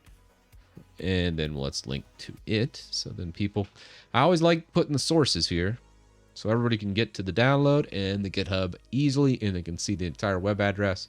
So now if we res Hugo one more time, let's res it. And now our key features laid out a little bit better. Ah, still screwed that up. Okay. Let's make this a list. All right. There, better. All right, awesome. Looks good. Now I'll just do a video and steal chat idea. You guys got any other good ideas? Something I need to make a video about? Because this one, I think that's a banger. I might add and expand on this, maybe do enhancer for YouTube as well. But overall, I think that's a good one. I don't think you're going to get me to use Firefox. I just don't see that happening. All right. Check my previous messages. That was a good one too. All right, let's see. Oh, cool. You're on Twitch. YouTube chat kind of sucks because it's not IRC based. Yeah, let's move those back. Ah, there we go. Okay. So let's see what other ideas chat has here. Make a video with this user's file too. It makes the old. Ah, okay. Let's open that link. Oh, wow. Look at that. Old layout sponsored by SAP. So this one wants to install Violent Monkey or Tamper Monkey extension. Install revert UI stages.user.js. Man, that's a lot of work. That's a funny way to get it. All right, and then Phoenix with his Firefox stuff. Let's just take a look. I promise, Phoenix sometimes has some good ideas. Oh my God, Phoenix, you don't need to spam it 3 times. I got you. All right, I think that's it. All right, Firefox, Arc. Hey, Arc browser. Is anybody using Arc? Any Arc users in the house? I did get invited to the Arc browser beta on Windows, but they don't have any Linux browser, so that kind of is a moot point for me because I still am in Linux probably more than half the time I'm on a PC. Different code IDE, which is better? Tips and tricks by coding. Yeah, Ink, I probably need to look at that. I personally like Vim combined with like Cursor or a VS Code style IDE. I am looking at a new IDE called Zed, which looks really kind of interesting as well. Kind of like that new age hipster look, kind of like this. This looks cool. I like the hipster look of this. Oh, let's see. As Florp, yeah, if you like Firefox, I think Florp is a fantastic browser for you. This does look really pretty, though, I will say. And then you're also using the Firefox CSS store. So what you're doing is using this kind of Arc Edge look, but it's actually Firefox using the user Chrome and Sideberry style. Now, what is this? I like this guy's GitHub name, Artsy Fried Chicken. That's a good name. Aims to recreate the look and feel of Microsoft Edge. I mean, that's a choice. Not one I'd make, but hey, it's a choice. Is Debian a good switch from Linux Mint? I mean, what are you trying to do, Johnny? When it comes to Debian versus Linux Mint, I mean, hell, Linux Mint these days are pretty much based on Debian. So it just depends on what you're trying to do. But I mean, it's not really that different. It's basically the same thing. Just Linux Mint has more stuff installed. Oversimplification. I mean, the official Linux Mint is based on Ubuntu, but Ubuntu's based on Debian. And then the Linux Mint LMDE is based on Debian directly, and it's not a fork of Ubuntu. So, but I mean, same. Yeah, both a solid choice. You really can't go wrong. I think a lot of people obsess too much over Linux stuff. One thing I've been trying to do, I've been slowly working on this. It's going to be a long video. I like to do a long video like maybe once a year on YouTube. And it's Windows to Linux for power users. So there's a lot of, hey, download the ISO, use Rufus, install it style Linux content on YouTube. But for a power user, like someone that is really good with Windows and uses it extensively and is technical, switching to Linux, I'd say, is even harder for you because there's not really that much out there. And there's a lot of things you need to understand about Linux to really make that switch. And I started writing this article. Okay, GPT didn't write this one, guys. This was actually me having to use some brain power. So, you know, I actually took some time, but actually setting up like a test environment, choosing distros, kind of going through the difference between like rolling and stable, kind of explaining those differences, understanding the bootloader, how it manages your display, and all these other things. Like, most people don't understand that with Windows, you're using Windows Explorer. You're using boot MGR. You're using DirectX. You're going to be using all these things. You don't have any options. You're just going to use what Microsoft tells you to use. But with Linux, it's all up for grabs. You can use whatever the hell you want, and there's lots of options for everything. You want to use a different bootloader, use a different bootloader. You want to use a different init system. You don't want to use systemd, you want to use something else. You want to use initd or runit or whatever to initialize all your devices on your system. You can do that. You want to use a different display manager. You can do that. You want to use a different display renderer and switch between like Xorg and Wayland and try those out. You can do that. You want to use a different desktop environment. You want to use different Windows tiling managers. There's so much that it's just like daunting for a lot of power users. But if you understand the basics of all those little points I talk about, like how programs are installed, understanding the differences there, like how it boots, how it's displaying stuff, it's actually really nice. And nobody's really laid a lot of that out. A lot of people try and appeal the video for like millions of people out there. This video is going to bomb, and I'm going to spend hours upon hours making it. But I've never seen a video like it. And I think I can do it in a way that people will be interested. Hopefully. I don't know. It's probably just going to be a terrible, terrible video. But I'm going to make it because I want that video. I wanted that video 5 years ago when I really started switching as a Windows Power user to a Linux desktop user, because there's just nothing out there like it. But explaining like how programs are installed, the typical distribution, breaking down the init system, the bootloader, display renderer, desktop, this, you know, just listing all those parts so you understand the parts that go to make up a Linux distro. Nobody really does it. And it kind of bothers me, and I should do it because I don't think anybody else is gonna.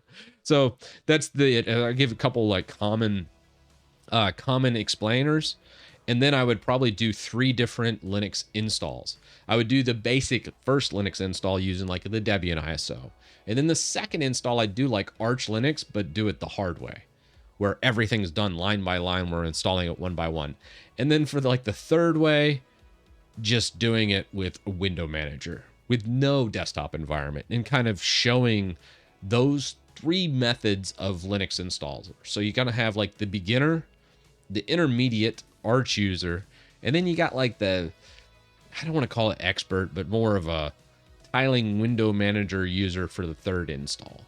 Because there's like these 3 different layers of Linux users in the desktop realm that is not well explained, and a lot of people think you just grab an ISO and install it, and then you just get everything. In a lot of it, especially when you get into the second and third installs, a lot of that's all just that user's customizations of it. And that's kind of my idea for the video. I don't know how well it'll do, and I don't know how well it'll come together, but that's what I'm going to work on this week. I really, really want that video, just because I wanted it for 5 years ago when I started. And I think somebody out there, it's going to help somebody, and someone's going to think, damn, that's an awesome video. And most people are going to be like, hard pass. Yeah, you forgot the 4th, which is LFS. That's true. I just haven't done LFS, and I'm scared of it, and I don't want to try it. I have installed Gen 2, though. That's funny. Hey, how's it going, Rox? Boost my ego and open my Firefox repo. I thought I did. Was this not yours? Oh, well, like I said, Firefox is a bridge too far for me today, Phoenix. I'm not going to go Firefox anytime soon. You better show that video on X and YouTube harder than you did Matt Casey's video, Titus. I don't know, man. I'm to the point in my life where I'm just like, I feel bad a lot of times when I'm just shilling my own stuff. They're just kind of like, hey, I just like to kind of throw it out there and just say, you guys do it.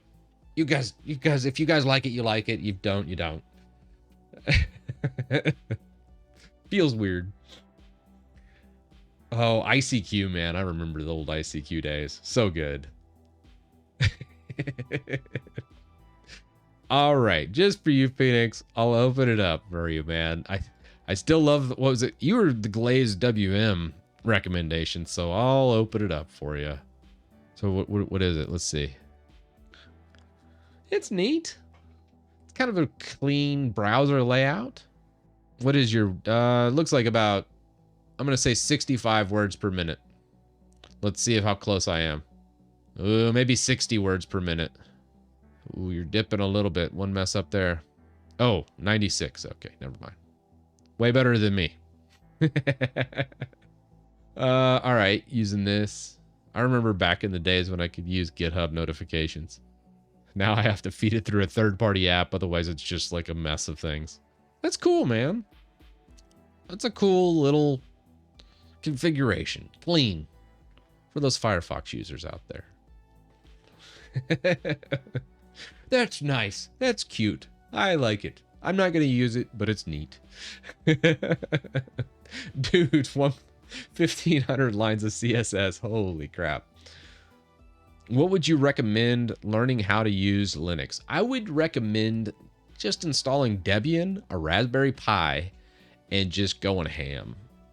Trying to do stuff is the biggest thing. Using a Pi is nice because you can just sit there and wipe it out and have multiple SD cards and try different configurations.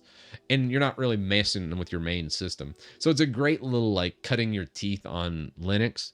And then you can sit there and try different things. That's why I like starting out with a secondary system or something like a throwaway, like a netbook or something.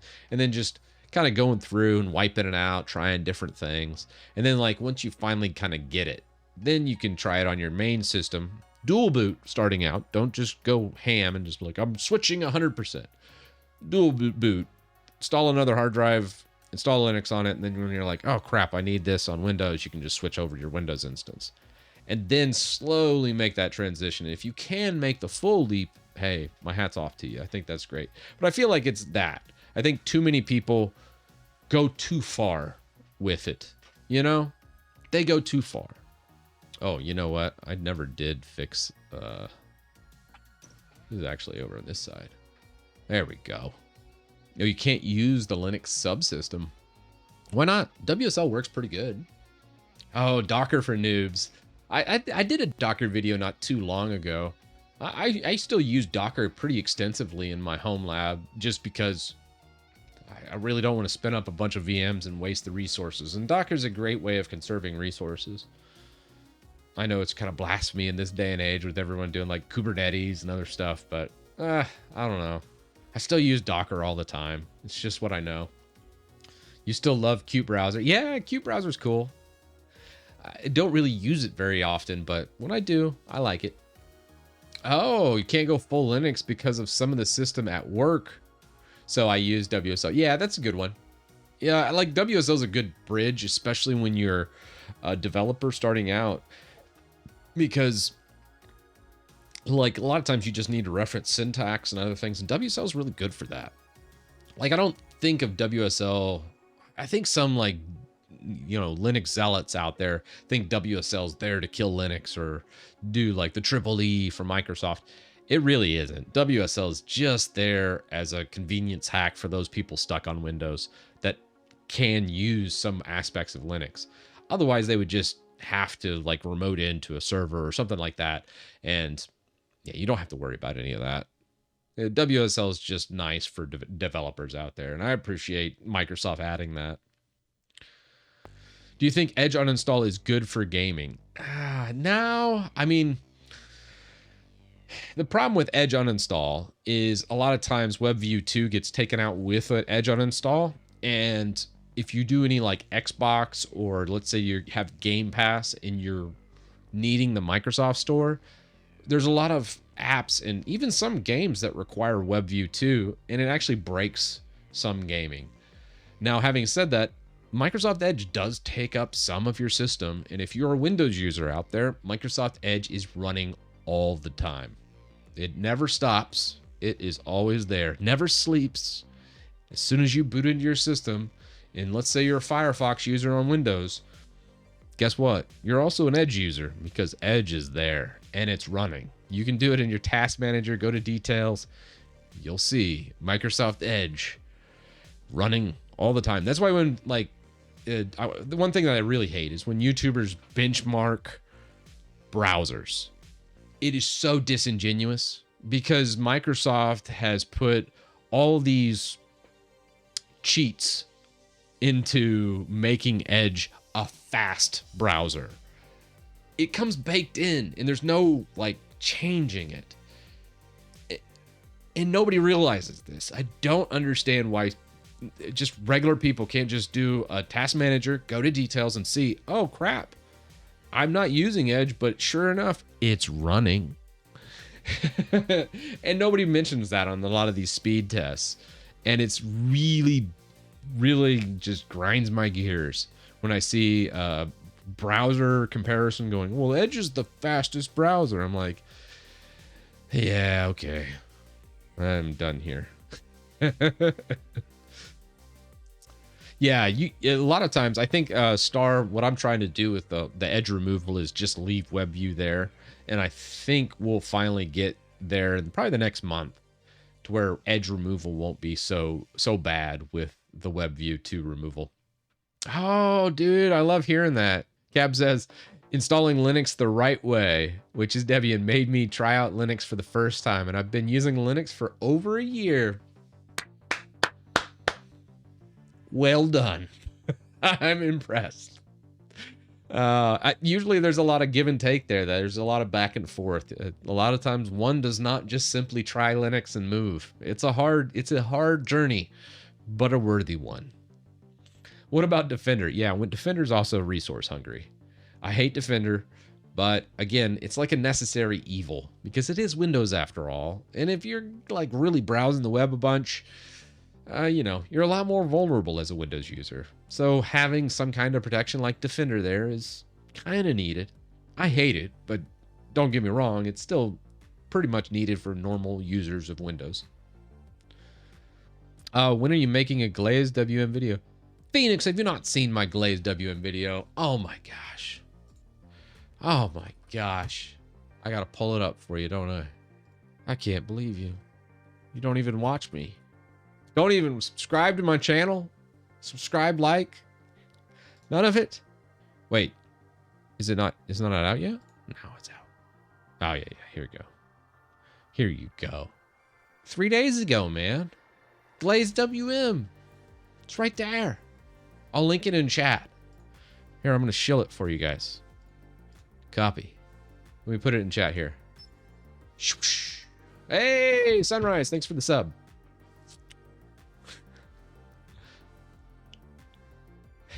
You've been just spending 8 hours doing game development. I can't believe you haven't been watching my YouTube channel. Oh,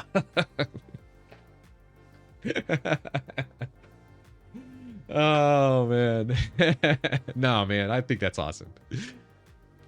I think that's awesome. Like I said, I haven't actually been able to game a bunch because of just working, doing a lot of stuff. So I love it. Yeah, you've been cheating on me with Brody. I know it. I know your truth. You got Brody, that little Aussie in the background with his high compression SM7B going wild in there with his strange accent. I love Brody to death. But, woof. Anytime I turn him on, my wife's like, oh my word. I love him though. He's great. Brody's great for the Linux community. But oh no. No, does anybody watch any Linux creators in here? So we got Brody, we got DistroTube, Linux Experiment. What are the big Linux creators of today on YouTube? Switch to Linux. Oh man, he's still going. Yep, I think he pops up on my feed every once in a while. Ragnarok. He's a real boomer. Yeah, I've actually jumped on his podcast a couple times. I remember it's been many years now, but yeah, back when I was really jamming out on mostly Linux content, I was on there quite a bit. Old Linux Cast, he's popped up in my feed a few times. So we got Linux Experiment, DT, a little bit of a shift since I really looked into it. I remember Luke Smith. You guys remember him? He was pretty big on the scene. He's kind of like just left. He's hung up his Linux hat and he's gone full crypto on us. Mental Outlaw, he's sold out to the YouTube gods, and now he's making videos about, I don't know, the metaverse and other shenanigans going on. You know, good guy. Learn Linux TV, Jay. Jay's cool. I still talk to Jay from time to time. There we go. Yeah, so great. Oh, I like it. Like I said, I like everybody's suggestions. Dinerino, Savvy Nick. I really liked Old Tech Bloke. He was great. Linus Tech Tips is going Linux. I saw that. Did you guys see? What was it? Let me pull it up. I saw he made a video, Linus Tech Tips, and it was like the 10 weirdest distributions. Linux distributions. Where's Linus? Oh, I put Linux Tech Tips.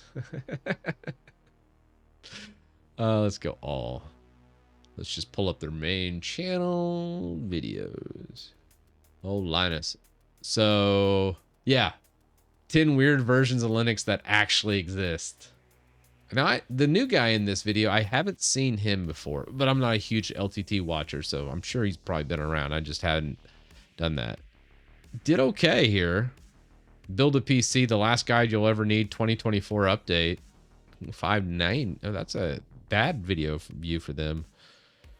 Punishes gamer. Ridiculous reels. I'm just looking at view counts just to see where the Linux video stacked up. Linux video stacked up pretty good. Only reason why I look at the view counts, I know, is if it bombs, he won't cover Linux. So I'm like, please watch his video. Because I want Linus Tech Tips to make more Linux content. But 3 days ago, almost 1 million views. It looks like it's about probably a 6 or 7 probably out of 10 for him. So probably in middle of the road. Not bad. Didn't tank at all. So, man, that's wild. Okay, cool.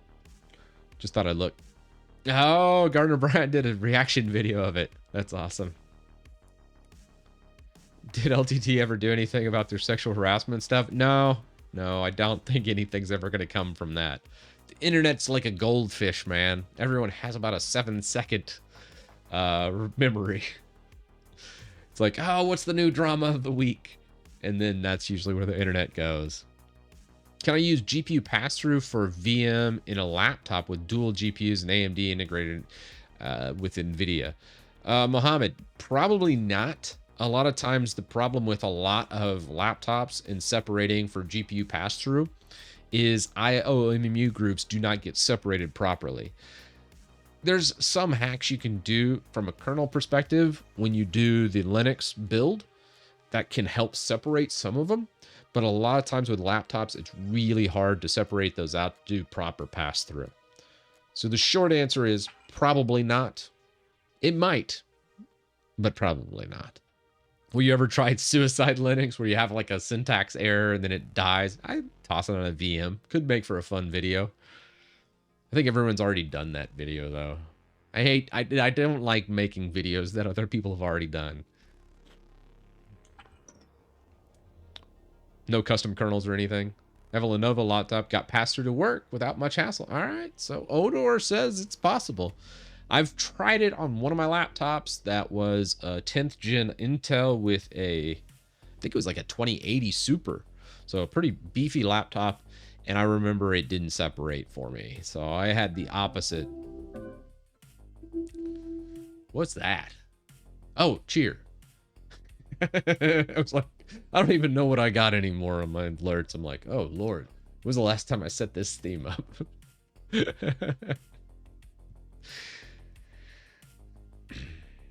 Yeah, it depends on your hardware and UEFI.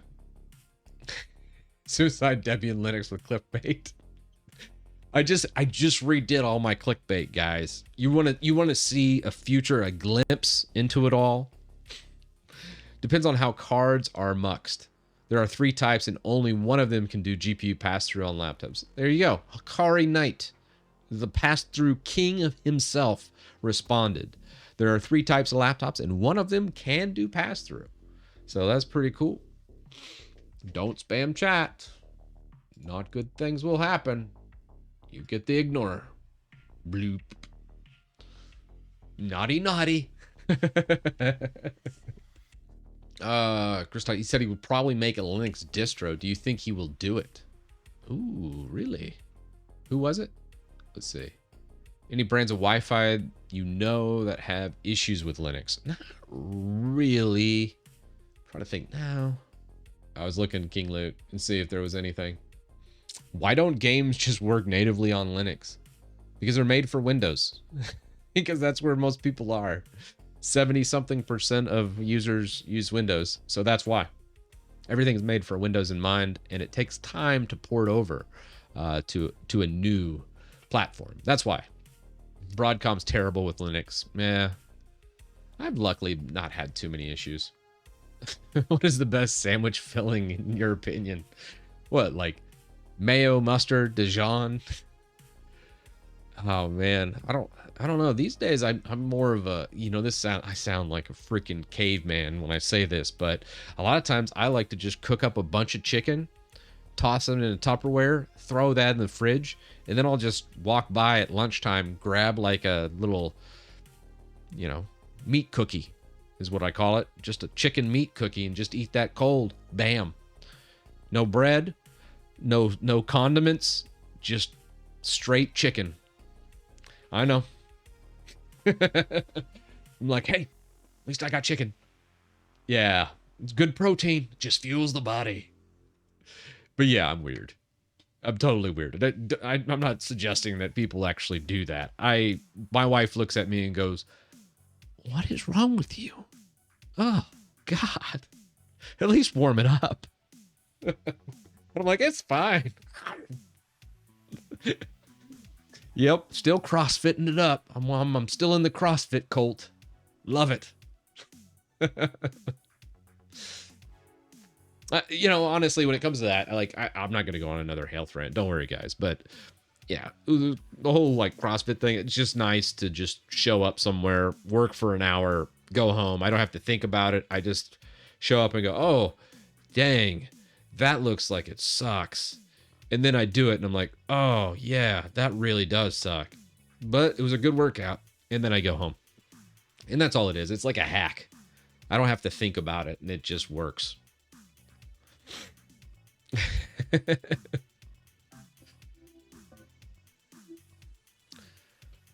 I think my alerts are broken.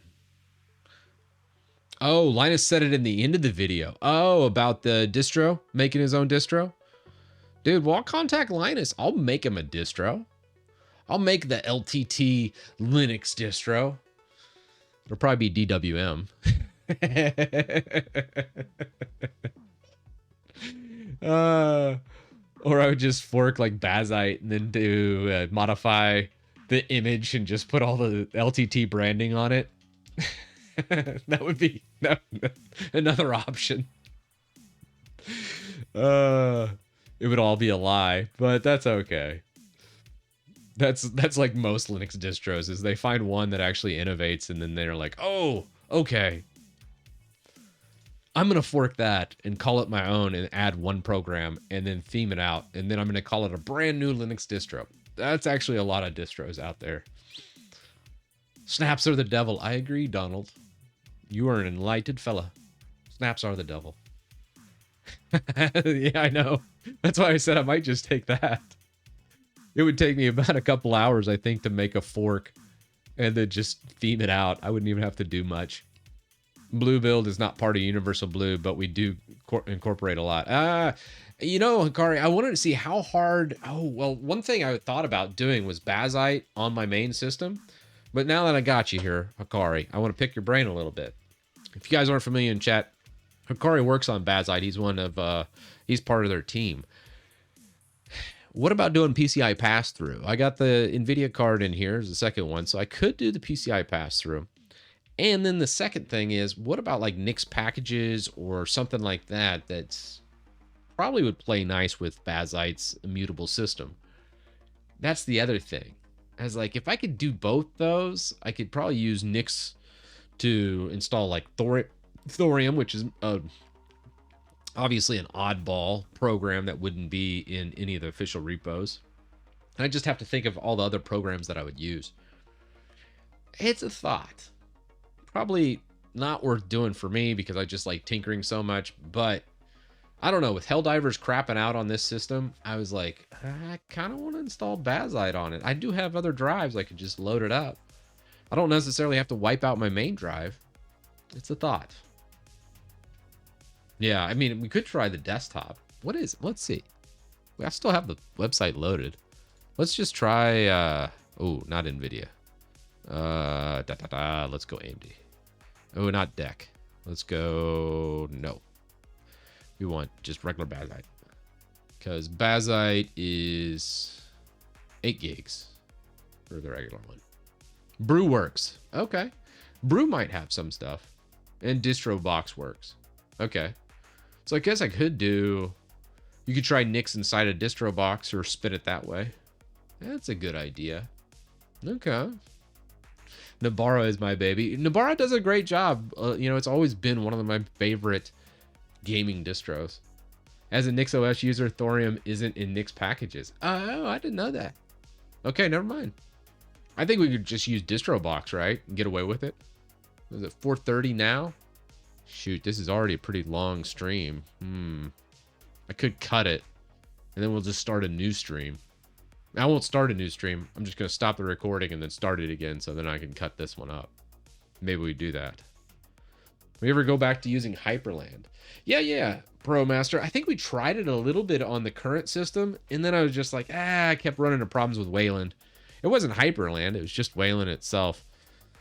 And you know, some of that's operator error on my part, but also some of it's like, hey, Synergy not being compatible, and then input leap not quite being there for Hyperland, and then the whole XDG portal thing. I was kind of like, meh, I'll figure it out later. So I think I will return to Hyperland. It's still one of my favorite distros of all time.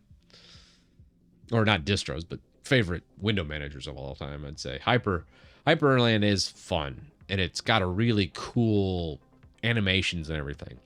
Having said all that, I still love my DWM setup. It's simple. It just works. No animations, no frills, but I never run into any problems. Other than Helldivers 2 not working. So now that I said that, I do run into problems. Yeah, you can use Hyperland on Debian. I think it's actually in the official repos now. Well, hell, let's try it. Let's just do a Bazite desktop install here. We'll just throw it on like a... I have an SSD, like a 256. Maybe I have something else. Let's see.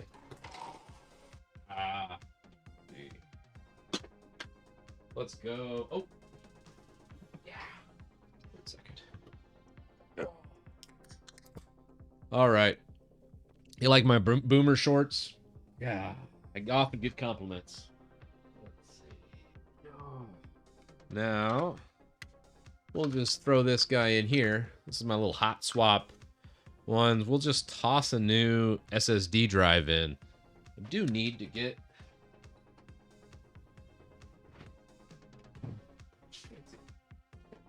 Here we go. All right, I got my screws here. We'll go ahead and do it. Got my LTT screwdriver. They gave them out at LTX. It's actually not a bad screwdriver.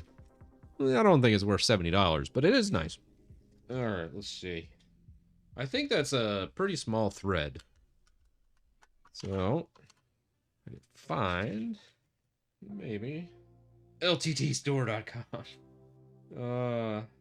Be like, hey, Linus, you got an affiliate program? Shoot. Oh, damn. Never mind. Not lttstore.com. I need a smaller screwdriver for this. We'll go with my PC Tools Spyware Doctor. Wait. Look. It slowly opens. All by itself. I've had this crappy, tiny jeweler screwdriver set for 20-something years. An old PC Tools Spyware Doctor screwdriver. I think it came with something. I don't know. Never mind. This is an LTT store. Let's see if this is the right screw. Ooh. Look at that. It was the right screw. Alrighty. We'll do one more here. If I could find one more screw. It looks like that might fit the bill. Nope. Too big. This hard drive cage is kind of a weird one because it requires a small thread but also a depressed screw head. So it can't stick out at all. Otherwise, it can't slide back in. I'm sure the screws existed at some point in time, but I've lost them all. So, it is what it is. But that's okay. I think that's enough. Alrighty. Perfect. And the hot swap. SSD is in. Let's go. I'm gonna put this back. It is time. Alright. Gotta depress the screw head.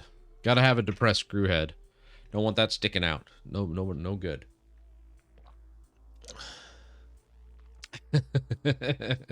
All right. I'm going to stop this recording just so we can move on. And I'm going to start it again. 1 second.